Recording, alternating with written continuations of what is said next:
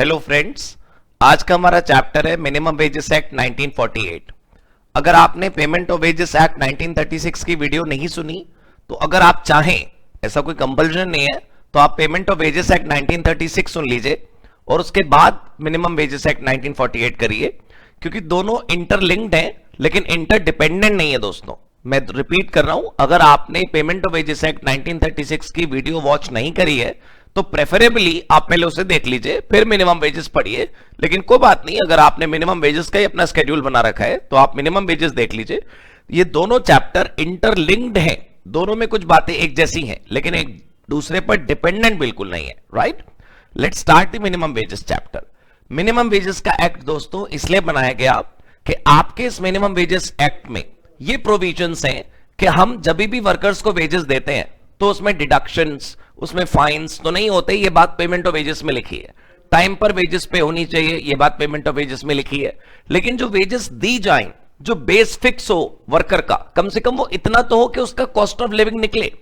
जैसे राज्य में, देश में महंगाई का लेवल बढ़े तो वेजेस का लेवल भी दोस्तों बढ़ना चाहिए। तो मिनिमम वेजेस का मतलब है कम से कम इतनी वेजेस तो वर्कर को हमारे राज्य में मिलनी चाहिए, depending upon the skill set, कि वो अनस्किल्ड है, स्किल्ड है, सेमी स्किल्ड है, कि वो कैसा वर्कर है, उस लेवल के हिसाब से उसको एक स्टैंडर्ड फिक्स होना चाहिए। दोस्तों ये चैप्टर इसलिए जरूरी है कि एक्सप्लॉयटेशन ऑफ वर्कर्स तभी रुकेगा। मान लीजिए एम्प्लॉयर ने वर्कर को ये बोला कि इससे ज्यादा रुपए नहीं दूंगा मैं, तुझे काम करना हो तो कर ले, नहीं तो निकल जा। अब वो वर्कर बेचारा सोचता है कि यहां तो काम मिल रहा है, दूसरी जगह मिले ना मिले तो चल मैं काम कर लेता हूं। तो ऐसा नहीं, लॉ ने कहा है कि मिनिमम वेजेस इतनी तो मिलेंगी ही मिलेंगी, इससे नीचे काम दोगे, पैसा दोगे तो जेल हो जाएगी। तो एम्प्लॉयर्स के ऊपर एक लीगल कंपल्शन है कि उन्हें एक स्टैंडर्ड मेंटेन करना जरूरी है मिनिमम वेजेस का। This is the introduction of the chapter. Let's begin the chapter. Chapter शुरू करते हैं दोस्तों। ये नोट्स हैं उसके, मिनिमम वेजेस एक्ट 1948। सबसे पहले आइए इंट्रोडक्शन देखते हैं। इंट्रोडक्शन में यहां लिखा है, it is a state subject but central government can also make rules. उनका कहने का मतलब है दोस्तों कि जो राज्य सरकार है वो इंप्लीमेंटेशन एजेंसी है, गवर्नमेंट ऑफ इंडिया नहीं। जो स्टेट गवर्नमेंट है उसकी ये जिम्मेदारी है कि वो मिनिमम वेजेस के इंप्लीमेंटेशन को चेक करे, जहां जहां पर भी मिनिमम वेजेस नहीं मिल रही वहां दिलवाए वर्कर्स को। तो it is a state subject, लेकिन सेंट्रल गवर्नमेंट भी चाहे तो रूल्स बना सकती है। राइट, ये एक्ट दोस्तों बनाया गया, was enacted upon the recommendations of International Labour Organisation. बहुत मशहूर है, ILO ही वर्ल्ड लेबर डे बनाता है, तो अंतरराष्ट्रीय मजदूर संगठन भी कहते हैं उसको। इंटरनेशनल लेबर ऑर्गेनाइजेशन ने इस एक्ट को बनाने की रिकमेंडेशन दी। इस कानून का दोस्तों उद्देश्य क्या है, देखिए। ऑब्जेक्टिव यह है कि प्रेस्क्राइब करी जाए मिनिमम वेजेस। मिनिमम वेजेस किन के लिए? कुछ स्पेसिफाइड ऑर्गेनाइजेशंस के लिए। क्या इसका मतलब यह हुआ कि यह एक्ट सब पर नहीं लगता? हाँ दोस्तों, मिनिमम वेजेस या कोई भी लॉ जब भी अप्लाई होता है तो सिलेक्टिवली अप्लाई होता है। पहले हर ऑर्गेनाइजेशन पे मिनिमम वेजेस एक्ट अप्लाई नहीं होता। एक लिस्ट होगी जिसको हम नाम देते हैं स्पेसिफाइड एम्प्लॉयमेंट्स। उन स्पेसिफाइड एम्प्लॉयमेंट्स में ही ये मिनिमम वेज अप्लाई होता है। तो हमारा उद्देश्य क्या हुआ कि मिनिमम वेजेस प्रेस्क्राइब की जाएं और स्पेसिफाइड एम्प्लॉयमेंट्स में जो वर्कर काम करते हैं उनको इतनी वेजेस मिलनी ही चाहिए। अब स्पेसिफाइड एम्प्लॉयमेंट का मतलब वो वाले employments which are specifically stated in the act. मैंने भी अभी आपको वही बताया कि एक्ट के अंदर जिन ऑर्गेनाइजेशंस का डिस्क्रिप्शन है उन ऑर्गेनाइजेशन पर ही केवल ये चैप्टर अप्लाई होगा। This act applies to whole of India including Jammu and Kashmir. वैसे तो दोस्तों अब जम्मू कश्मीर शब्द लिखने की कोई आवश्यकता नहीं है, अब तो ये इंप्लाइड हो गया कि एक भारत अखंड भारत के बाद सारे के सारे प्रोविजन कश्मीर से कन्याकुमारी और बंगाल से गुजरात सब जगह लगते हैं। ये एक्ट कब आया? 15 मार्च 1948 को ये एक्ट लागू हुआ, 15 मार्च 1948 को। मिनिमम वेजेस, ये वो लाइन है दोस्तों जो अभी हमने इंट्रोडक्शन में सुनी।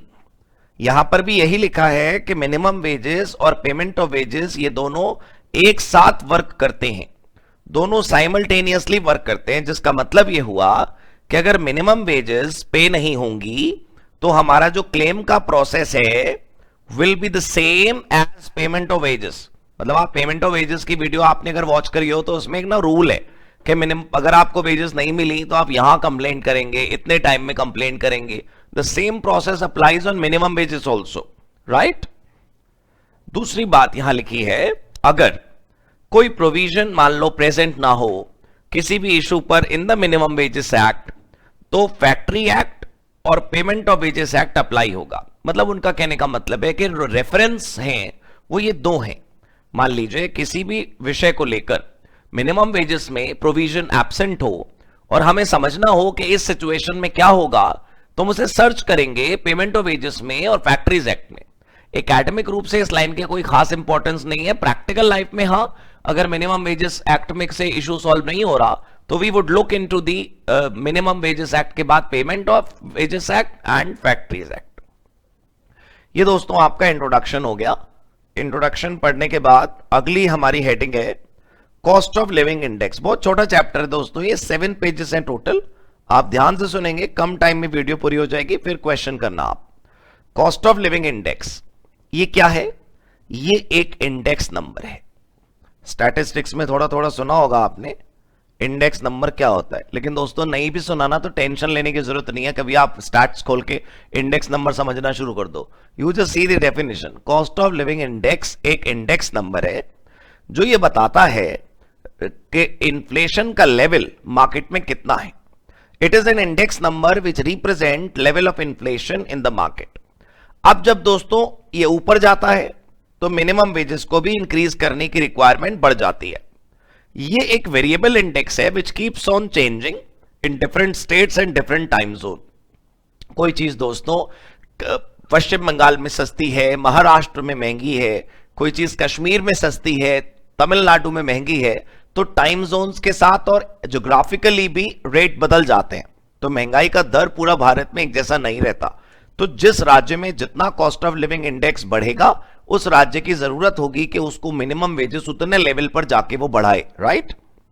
अब आइए देखते हैं स्पेसिफाइड एम्प्लॉयमेंट्स का मतलब। वैसे तो आपने पिछले पेज पे देखा था कि जो हमारे मिनिमम वेजेस एक्ट की एप्लीकेबिलिटी है उन ऑर्गेनाइजेशंस के नाम लॉ में स्पेसिफाइड है, सिर्फ उन्हीं पर ये वाला लॉ अप्लाई होता है। तो जब उन्हीं पर ये वाला लॉ अप्लाई होता है, वो वाले लॉ की एप्लीकेबिलिटी के लिए ये लिस्ट आपके लिए जरूरी है। अच्छा, अब स्पेसिफाइड को शेड्यूल क्यों कहते हैं? जब हमने देख लिया स्पेसिफाइड एम्प्लॉयमेंट तो नाम हो जाना चाहिए था स्पेसिफाइड एम्प्लॉयमेंट। यहां दोस्तों एक और नाम दे रखा है शेड्यूल्ड एम्प्लॉयमेंट। तो शेड्यूल्ड एम्प्लॉयमेंट का मतलब क्या है वो आपको यहां पता चलेगा। देखिए, minimum wages act applies only on those employment which are specified in, जो कहीं पर स्पेसिफाइड है। इसका मतलब यह हुआ कि जो स्पेसिफाइड ऑर्गेनाइजेशंस हैं वो कहां स्पेसिफाइड है। एक शेड्यूल 1 मिनिमम वेजेस एक्ट के लास्ट में एक टेबल ऑफ ऑर्गेनाइजेशंस होगी।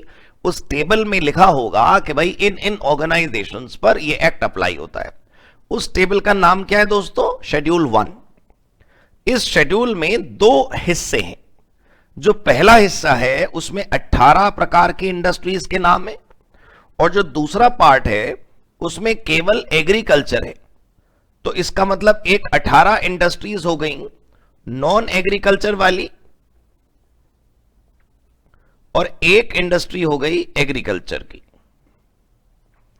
इसका मतलब दोस्तों कि टोटल हमारे पास 19 एंट्रीज हो गई, 90 इंडस्ट्रीज हो गई जहां पर मिनिमम वेजेस एक्ट अप्लाई होता है। अब जो एग्रीकल्चर है उसका मतलब थोड़ा ब्रॉड है। क्या क्या उसमें कवर है जरा देखें। Agriculture includes agriculture, dairy farming, raising of bees, livestock, horticulture, floriculture and cultivation of land, right. अच्छा दोस्तों, ये जो मिनिमम वेजेस का अगला हेडिंग है वो मिनिमम वेजेस दिल्ली की जो है, हम कोई भेदभाव नहीं कर रहे कि हमने दिल्ली चुना महाराष्ट्र नहीं चुना। If you look at the institute study material, it gives you an example of minimum wages of Delhi state being the capital of India. तो ये एग्जाम्पल है, इसको आपने लर्न नहीं करना है एग्जाम ओरिएंटेशन के लिए, दैट्स ओनली एन एग्जाम्पल कि अगर वर्कर का ग्रेड अनस्किल्ड है, सेमी स्किल्ड है, स्किल्ड है, ग्रेजुएट है, तो भाई यही है पर मंथ उसकी मिनिमम वेजेस बनती है। तो आप इसको देख लीजिए पॉज करके अमाउंट, लेकिन इसकी कोई आवश्यकता आपको एग्जाम के लिए नहीं है। चलिए अब आते हैं अगले टॉपिक पर, method of fixing minimum wages. दोस्तों देखिए, मिनिमम वेजेस फिक्स करने के हमारे जो मेथड्स होते हैं वो दो मेथड्स होते हैं, दो मेथड है मिनिमम वेजेस फिक्स करने के। दोनों का नाम लिखा है यहां पर और दोनों का डिस्क्रिप्शन लिखा है। दोनों का नाम जो प्रॉपर नेम है उनका वो तो ये है, कमिटी मेथड और नोटिफिकेशन मेथड। लेकिन एग्जाम पर्पस से अगर हम देखें उनको याद करना, तो मैंने ये हिंदी में आपका एक फ्रेज बनाया, जल्दी जल्दी इमरजेंसी और धीरे धीरे आराम से। ये जो जल्दी जल्दी इमरजेंसी और धीरे धीरे आराम से शब्द है, वो ऐसा मत करना पेपर में बस यही लिखा हो वो छोड़ दो। मतलब इंग्लिश वर्ड है नोटिफिकेशन मेथड और कमिटी मेथड। इन दोनों को याद करने के उद्देश्य से हमने अपना फ्रेज बना लिया, जल्दी जल्दी इमरजेंसी और धीरे धीरे आराम से। इन दोनों मेथड का नाम सुनते ही, मतलब हिंदी फ्रेज सुनते ही आपको लगना चाहिए कि अगर देश की सरकार के पास समय हो, इनफ टाइम हो, तो उन्हें धीरे धीरे आराम से मिनिमम वेजेस रिवाइज करनी चाहिए, डिसाइड करनी चाहिए। लेकिन अगर इमरजेंसी जैसी सिचुएशन हो, पब्लिक अनरेस्ट हो, लोगों की एक्सपेक्टेशंस हाई हो और ज्यादा समय हम न गंवा सकें, तो एक अर्जेंट अगर मामला हो तो कमिटी मेथड उन्हें फॉलो करना चाहिए। अब दोनों क्या डिस्क्रिप्शन देखते हैं। दोनों के डिस्क्रिप्शन देखते ही आपको पता चल जाएगा कि कमिटी मेथड में कैसी अर्जेंसी है और नोटिफिकेशन मेथड में लोग क्यों रिलैक्स हैं और टाइम ज्यादा कैसे लगता है। देखिए दोस्तों, कमिटी मेथड में लिखा है, this method is used when the time available is less. जब बहुत कम टाइम उपलब्ध हो तब इसको इस्तेमाल किया जाता है। A meeting takes place between government and advisory board. सरकार और उनकी सलाहकार समिति, वो दोनों एक मीटिंग करते हैं, उसके बाद मिनिमम वेज डिसाइड होती है। Minimum wages decided by this meeting is applied instantly. मतलब जैसे मीटिंग में फिक्स हुआ कि मिनिमम वेजेस 5,000 से बढ़ा के 6,000 कर दी जाएगी, तो कोई पीरियड नहीं दिया जाता कि भाई इतने दिनों के बाद से वो अप्लाई होगा। अभी फिक्स करा और अभी से उसे इंप्लीमेंट कर दिया जाता है। It means government does not provide any grace period and minimum wages have to be paid by employers without any preparation. They don't give you the time wherein you can get comfortable by arranging money. आप आज बोलो कि अगले महीने से minimum wages बढ़ी हुई देनी है, तो सारे फैक्ट्री ओनर्स कहते हैं भाई पहले से बताते तो प्रोविजन कर लेते। सरकार के लिए सुनाई नहीं दे रहा, एक बार हमने बोला मिनिमम वेजेस बढ़ गई तो बस बढ़ गई, अब कुछ नहीं कर सकते आप। लेकिन दोस्तों ये हमेशा अगर आप अपनाएंगे तो व्यापारी और सरकार के बीच में जो वो है गैप, वो डिस्टेंस बढ़ सकता है। तो प्रॉपर प्रोसीजर तो ये है कि आप टाइम दीजिए अमाउंट को अरेंज करने का और उसके बाद कुछ महीने बाद से मिनिमम वेजेस इंप्लीमेंट करवाइए। वो मेथड है नोटिफिकेशन मेथड। इसमें आप देखेंगे 1 2 3 करके स्टेप वाइज प्रोसेस लिखा है। 1 2 3 करके जब आप आगे बढ़ेंगे तब आपको पता चलेगा कि मिनिमम वेजेस कैसे फिक्स होती है। एक मीटिंग होती है सर, मीटिंग वहां भी हुई थी कमिटी मेथड में, मीटिंग यहां भी हो रही है। Meeting takes place between government and advisory board. इन दोनों लोगों की मीटिंग होगी जैसे कमिटी मेथड में हुई थी। बस वहां क्या हुआ था, मीटिंग होने के तुरंत बाद दोस्तों मिनिमम वेजेस फिक्स हो गई थी। यहां ऐसा नहीं हो रहा। यहां मीटिंग होने के बाद हम पब्लिक से सजेशन मांगेंगे। जी हां, पब्लिक से सजेशन मांगेंगे। देखो, a public notice is given and public suggestions are invited. अच्छा, जनता से ऐसे तो कहेंगे नहीं ना टेलीफोन करके अब भी बता तेरा क्या कहना है। तो पब्लिक को समय दिया जाएगा कि इतने टाइम के अंदर अंदर उनको हमें रिप्लाई करना है। तो 2 महीने तक दोस्तों हम जनता से सुझाव ही मांगते रहेंगे। जिस दिन न्यूज़पेपर नोटिस जाएगा सरकार का तरफ से कि suggestions are invited from the people around and across India, उन लोगों की राय लेने का 2 महीने का समय फिक्स हुआ। अब ये थर्ड पॉइंट में क्या लिखा है दोस्तों, after receiving all the public suggestions, minimum wages so decided shall be fixed and finalized. भाई देखो, चाहे पहली बार फिक्स हो रही हो या वो रिवाइज हो रही हो, प्रोसेस तो फिक्स ही बोलेंगे ना, whether it is the first time fixation और रिविजन। तो भाई पब्लिक सजेशन आ गए, उनको ध्यान में रखते हुए सरकार ने एक मिनिमम वेजेस फिक्स कर दी होगी, और वो जो सरकार ने मिनिमम वेजेस ध्यान में रखते हुए फिक्स कर दी, बस वो ही आगे जाके फाइनलाइज हो जाएगी। After finalisation this wages will apply, लेकिन इंस्टेंटली नहीं अप्लाई होगी जैसे वहां हुआ था। आपको याद होगा पिछले वाले मेथड में कोई ग्रेस पीरियड नहीं मिलता, यहां पर तो 3 महीने का ग्रेस पीरियड है।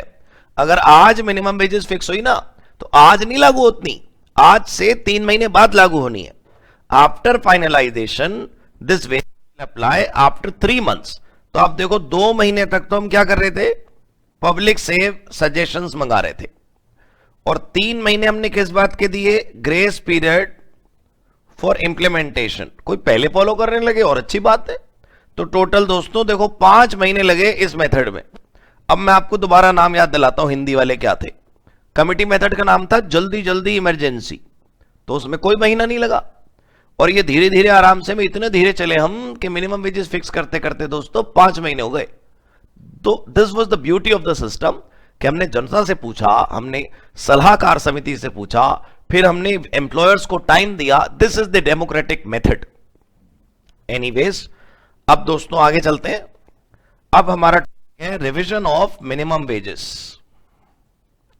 भाई एक बार फिक्स हो गई मिनिमम वेजेस तो ऐसा थोड़ी है कि महंगाई होगी बरसों बरसों तक। अगर सरकार को ऐसा लगता है कि कॉस्ट ऑफ लिविंग इंडेक्स बढ़ गया, राज्य में महंगाई बढ़ गई, तो मिनिमम वेजेस बढ़ा दें। देखिए क्या लिखा है, state government can revise minimum wages any number of times. कितनी बार भी दोस्तों मिनिमम वेजेस को इंक्रीज किया जा सकता है, लेकिन जो रिवीजन है वो कैसे होना चाहिए, कंपल्सरीली वंस इन 5 ईयर्स। उनको कहने का मतलब है जैसे सरकार बार बार ये कहती रहे, अभी लगा नहीं जी हमें महंगाई बढ़ रही है, अभी मिनिमम वेजेस बढ़ाने का सही समय नहीं आया दोस्तों, तो सरकार उसको 1 साल 2 साल 3 साल 4 साल तक रोक सकती है। लेकिन कुछ भी हो, 5 वर्षों में एक बार रिवीजन होना कंपल्सरी, वो तो करना ही पड़ेगा आपको। अब दोस्तों कंपोनेंट्स ऑफ मिनिमम वेजेस, बहुत आसान कंपोनेंट है। इसको समझने के लिए पहले आप ये सोचो कि जब किसी को आप वेजेस देते हो तो उसको वेज स्लिप मिलती है, सैलरी स्लिप टाइप। उसमें लिखा होता है कि इतने पैसे बेसिक के हैं, इतने डियरनेस के हैं, इतने इस अमाउंट के हैं। अब आप लेट्स इमेजिन कि किसी वर्कर का सैलरी 10,000 हो, और उसे आप ये मत बताओ कि 5,000 तेरे इसके, 2,000 इसके, उसे तो टोटल 10,000 पकड़ा दो, लम सम अमाउंट उसे दे दो, तो भी कोई उसे दिक्कत नहीं ना। मतलब अगर आप किसी वर्कर को पार्ट में समझाते हो कि इतने की बेसिक इतने की डीए, तो भी उसके लिए ठीक है, और अगर आप उसे लमसम देते हो तो भी ठीक है।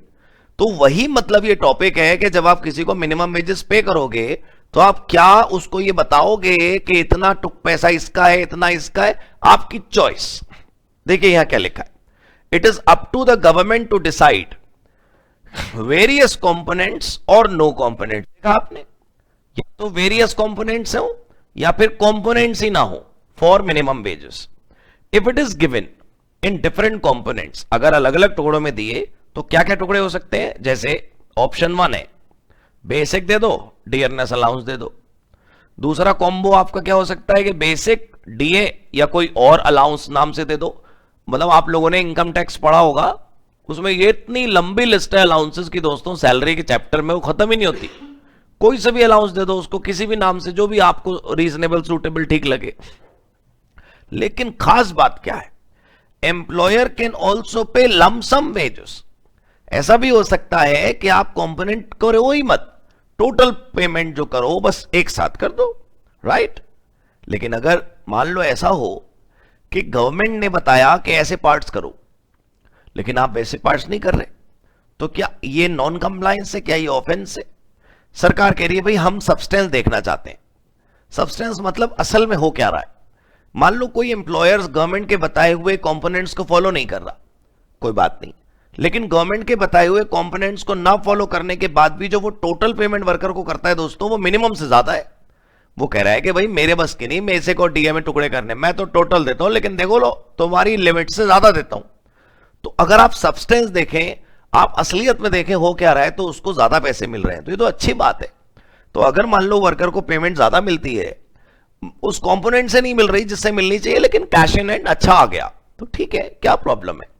आप देखो भाई, सरकार हिटलर नहीं है, वो ढूंढ ढूंढ के लोगों को पनिश करेगी। ऐसा नहीं हो रहा कि वो सोच समझ कर बैठी है, उसे तो टारगेट अचीव करना है, 10-12 फाइन काटना ही है, ऐसा नहीं है दोस्तों। यहां लिखा है, if the employer does not follow component prescribed by government but still paying higher wages, it is all right.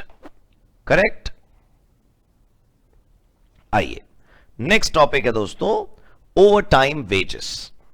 आपने सुना होगा, बहुत मशहूर विषय है ये, कि जब भी कोई वर्कर ओवर टाइम करेगा तो उस ओवर टाइम करने पर उतने समय की उसे डबल वेजेस मिलनी चाहिए। वैसे आपको बताऊं, आप सब जानते होंगे, theoretically the concept sounds very good but practical needs implementation. खैर, वहां लिखा है जनरली ओवर टाइम वेजेस दोस्तों डबल होती हैं देन दी ऑर्डिनरी वेजेस।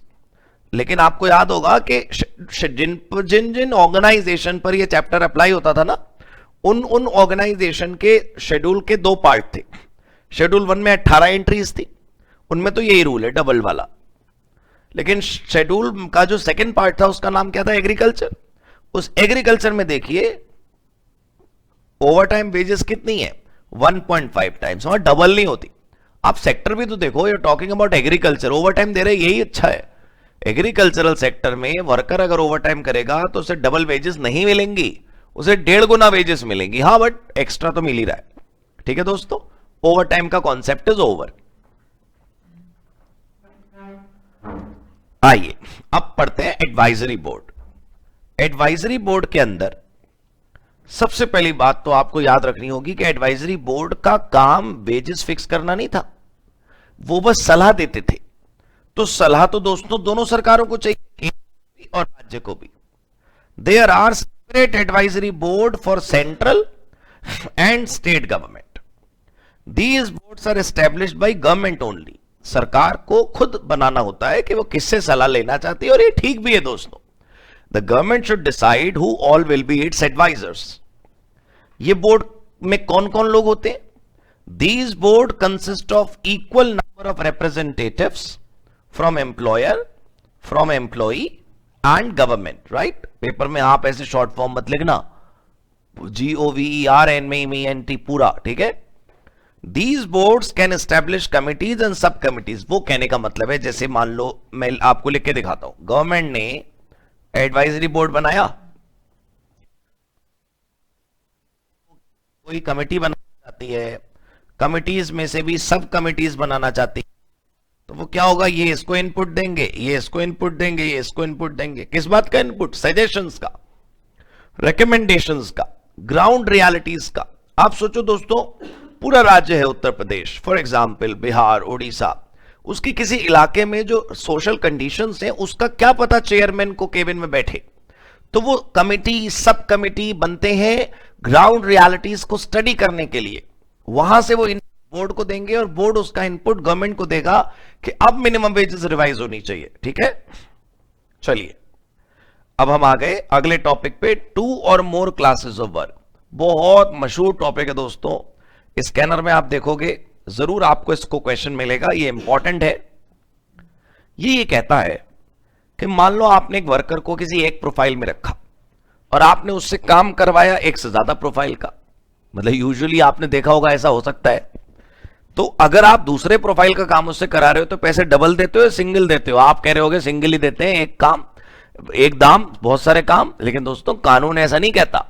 अगर आप एक सिक्योरिटी गार्ड है आपकी फैक्ट्री में और आपकी फैक्ट्री में वेल्डिंग करने वाला वेल्डिंग करने वाला नहीं आया, तो वो 15 दिन नहीं आया मान लो, तो 15 दिन आपके सिक्योरिटी गार्ड ने वेल्डिंग का काम भी संभाल लिया। जब जब आपको करनी थी तब तब उसने वेल्डिंग कर दी।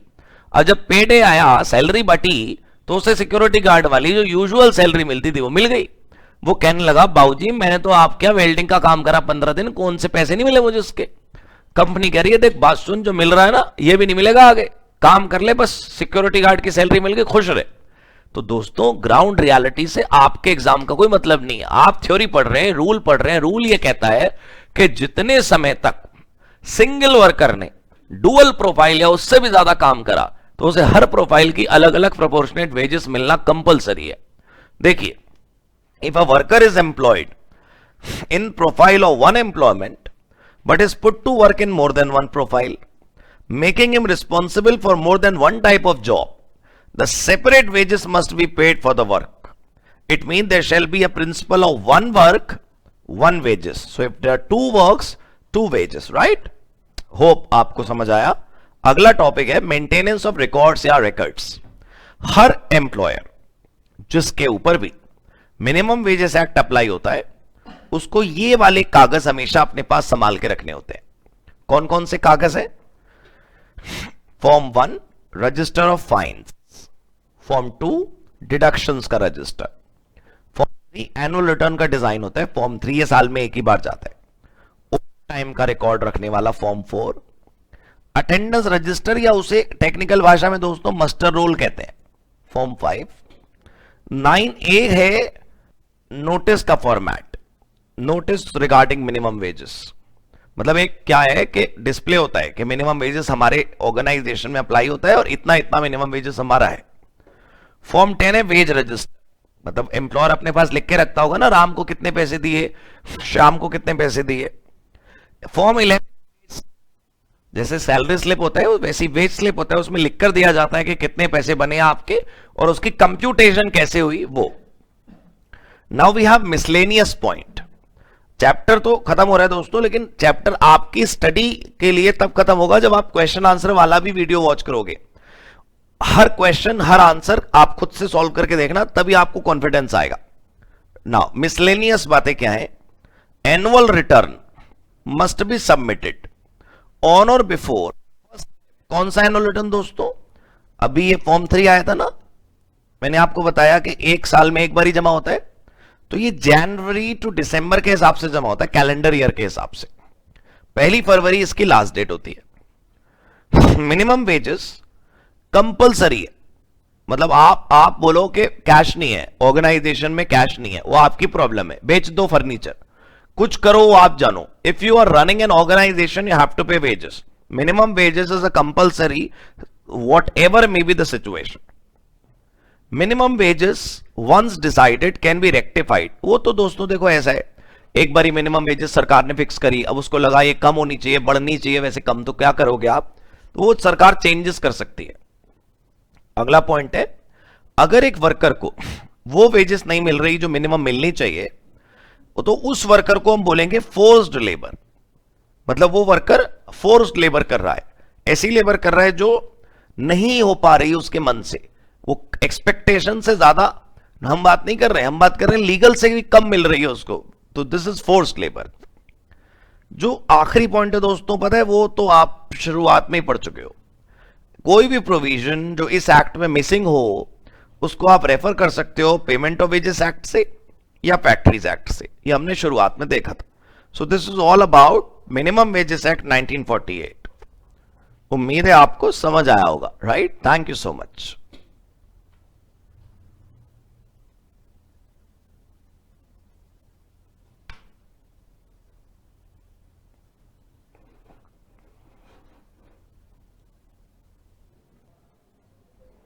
हाय एवरीवन, आज के हमारे क्वेश्चंस हैं मिनिमम वेजेस एक्ट 1948 के. मिनिमम वेजेस एक्ट 1948 के क्वेश्चंस अब हम शुरू करते हैं. मुझे उम्मीद है आपने मिनिमम वेजेस का वीडियो चेक कर लिया होगा. पेमेंट ऑफ वेजेस और मिनिमम वेजेस दोनों का वीडियो देख लीजिएगा एक बारी और उसके बाद क्वेश्चन शुरू करिएगा. Let's start.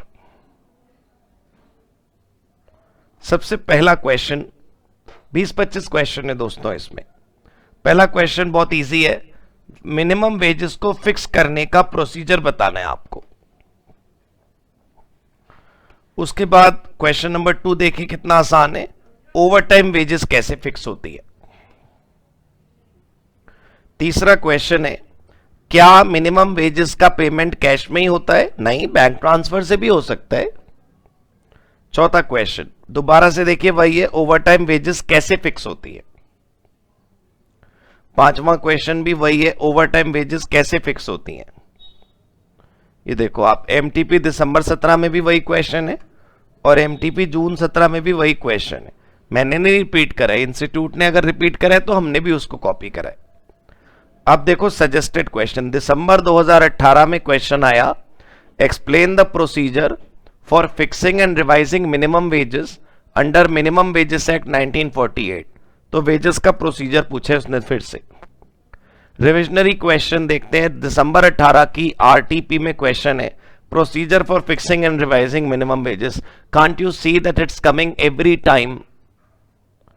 अब ये देखो 8वां क्वेश्चन थोड़ा नया सा है कि किसकी जिम्मेदारी है कि मिनिमम वेजेस वो फिक्स करे, राइट? गवर्नमेंट की जिम्मेदारी है ऑफ कोर्स।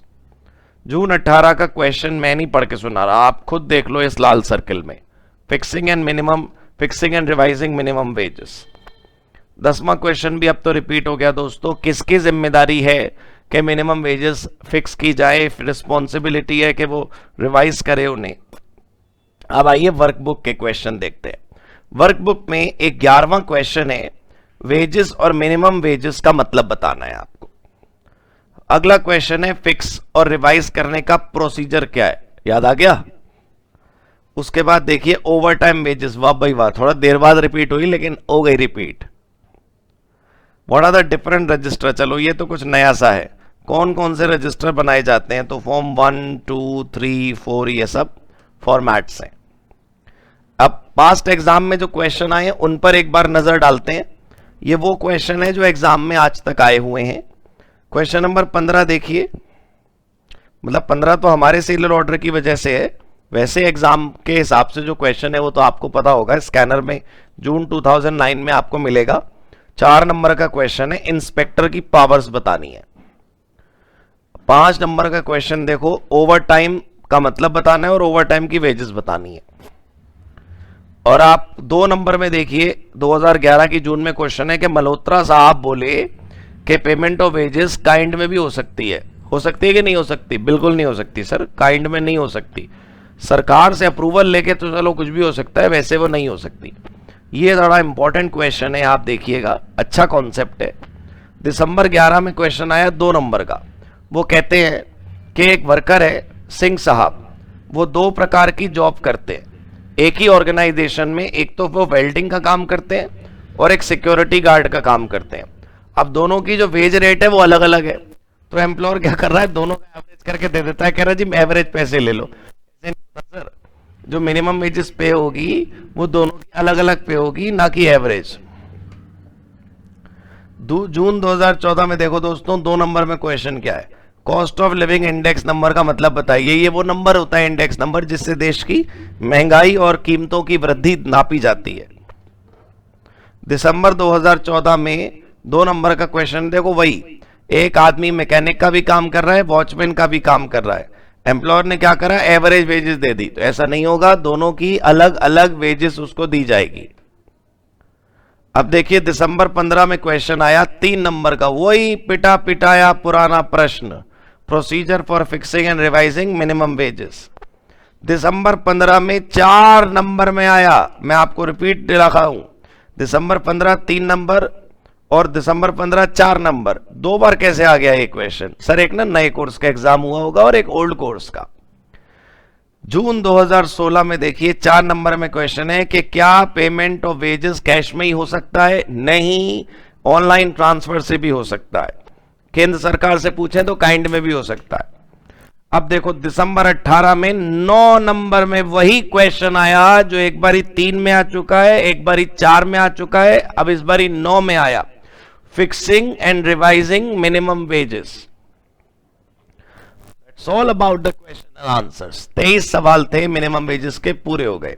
आपने देखा कौन कौन से मशहूर क्वेश्चन थे कि मिनिमम वेजेस फिक्स करने का प्रोसीजर बताओ, ओवर टाइम वेजेस के रेट बताओ, मतलब कैसे पे होती है, कैश में पे होती है मिनिमम वेजेस या काइंड में, एक से ज्यादा काम करोगे तो दोनों का एवरेज मिलेगा या अलग अलग, ये सब बात थी। ठीक है दोस्तों, 5-6 मिनट लगे और आपके सारे क्वेश्चन आपने देख लिए। Thank you so much.